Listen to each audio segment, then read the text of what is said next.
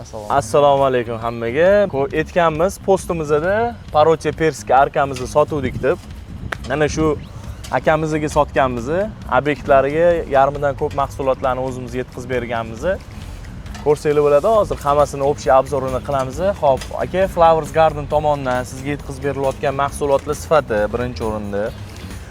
Mahsulotlarni yangi kom, eski kom, yaxshi tuvagida ildizlari rivojlanganligi to'g'risida, ya'ni shu obyektingizda ishlatilgan mahsulotlar to'g'risida qisqacha gapirib bersangiz.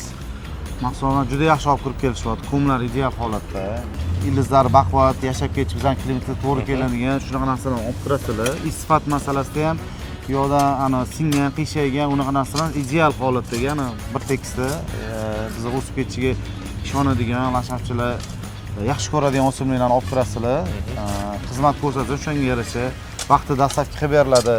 Hozir mana kafolatni ham yo'lga qo'yibsizlar, ma'lum vaqtgacha o'simliklarga o'zi hech qaysi vitaminlik hech kim bermaydi kafolatda. Sabab tirik narsa, lekin buni ham yo'lga qo'ygansizlar. Nimadan dalolat bu? Sizlarning mahsulotga bo'lgan o'yiningni ishonchinglarda.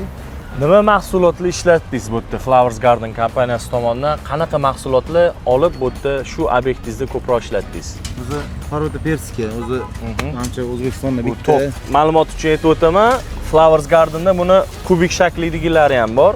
2 dona qolgan, kelib xarid qilsanglar bo'ladi. Magnoliyalar, Grandifloralar oldiga sekinroq o'tsak. qatordagilarni olindi. Kederlar ekdik, plakucha keder, Fransiya, yoda patinalar oldik, shtampoviy mudhish holatda. Jasmin arka oldik, rasman qo'yib ketadilar.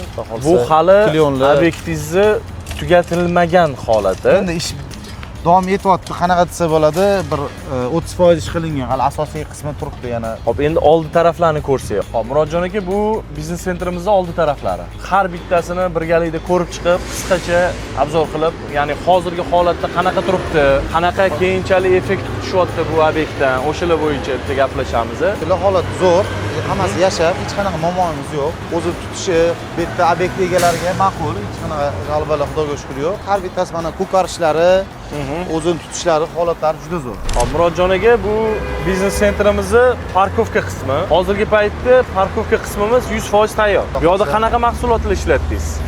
Asmantus ekdik, Liquidambur, Sakura, qorabaylik, Ginga Bilobara, Elixir, Gardenza Limeline, patinadan borib berib, yoni atirgul, oldi tarafga adnalitik gullardan violalar. Gardenzalar hammasi etapdan ochilib, o'zini vidini beradigan narsalar qilingan. Yil davomida o'ziga yarasha go'zallik qo'shib, chiroyli bo'lib turadigan narsalar. Plus yashillikni parkovkadan boshlaganlar bu obyektimizda avvalambor. Ichkarini undan ham zo'r qilib, xudo xolisa hali davom etyapti. Bu kuzda ekdik, o'tgan kuzda mana alhamdulillah qishdan ham juda zo'r chiqdi. Hech qanaqa xatolik, patera narsa yo'q.